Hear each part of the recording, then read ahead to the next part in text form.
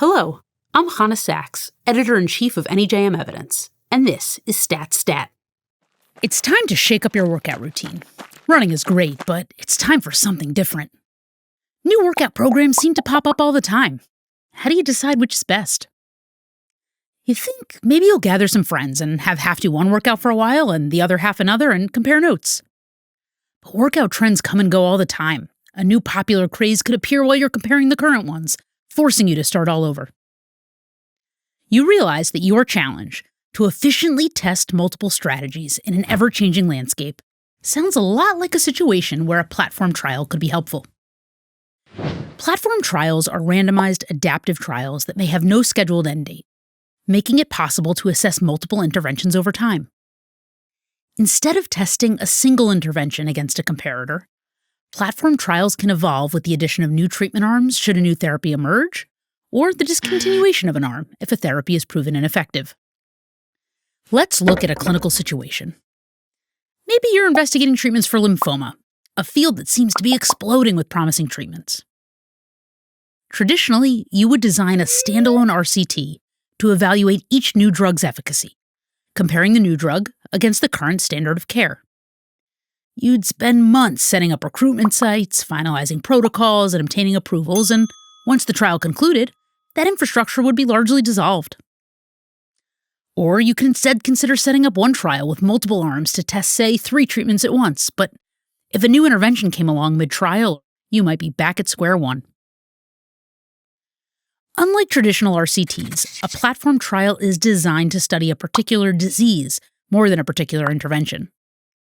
Platform trial infrastructure includes a master protocol with clear, pre-specified rules for adding or removing arms, a stable network of trial sites with trained teams, a single data and safety monitoring board, and a common data processing system. This master protocol helps ensure consistency of procedures, such as randomization across arms and interim analyses. So say you set up a platform trial to evaluate lymphoma treatments that at first has 3 new treatments and a shared control group receiving the current standard of care. If one treatment appears to be ineffective at an interim analysis, you can stop recruiting into that arm, but continue with the others. If a new treatment emerges 1 year after launch, you can add a new arm to the trial to evaluate its efficacy. This all sounds great, but let's talk through some of the challenges. First, a key feature of a platform trial is its shared control group. While increasing efficiency, problems can occur when arms are added to the trial over time.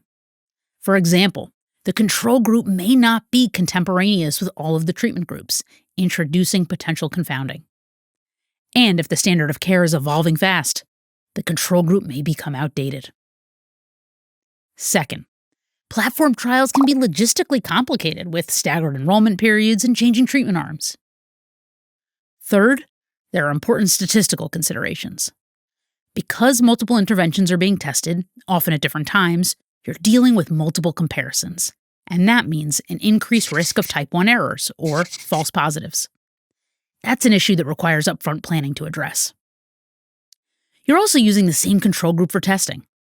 If by chance that group has better or worse outcomes than expected, it can affect the apparent success of all the treatment arms. Fourth, blinding in platform trials can be challenging. For example, if all the initial interventions and the placebo are infusions, when a new intervention comes along in the form of a pill, that will jeopardize blinding of participants in the new arm. Fifth, platform trials rely heavily on interim analyses for efficacy and futility. Governed by the same rules as traditional RCTs, interim analyses need to be pre-specified, with clear stopping rules, a pre-specified effect size, and clear procedures for controlling alpha across the multiple looks at the data. Performing multiple interim analyses can be logistically complex, and the ideal timing of an interim analysis may not line up for each intervention, forcing challenging decisions for investigators. So, back to your workout conundrum.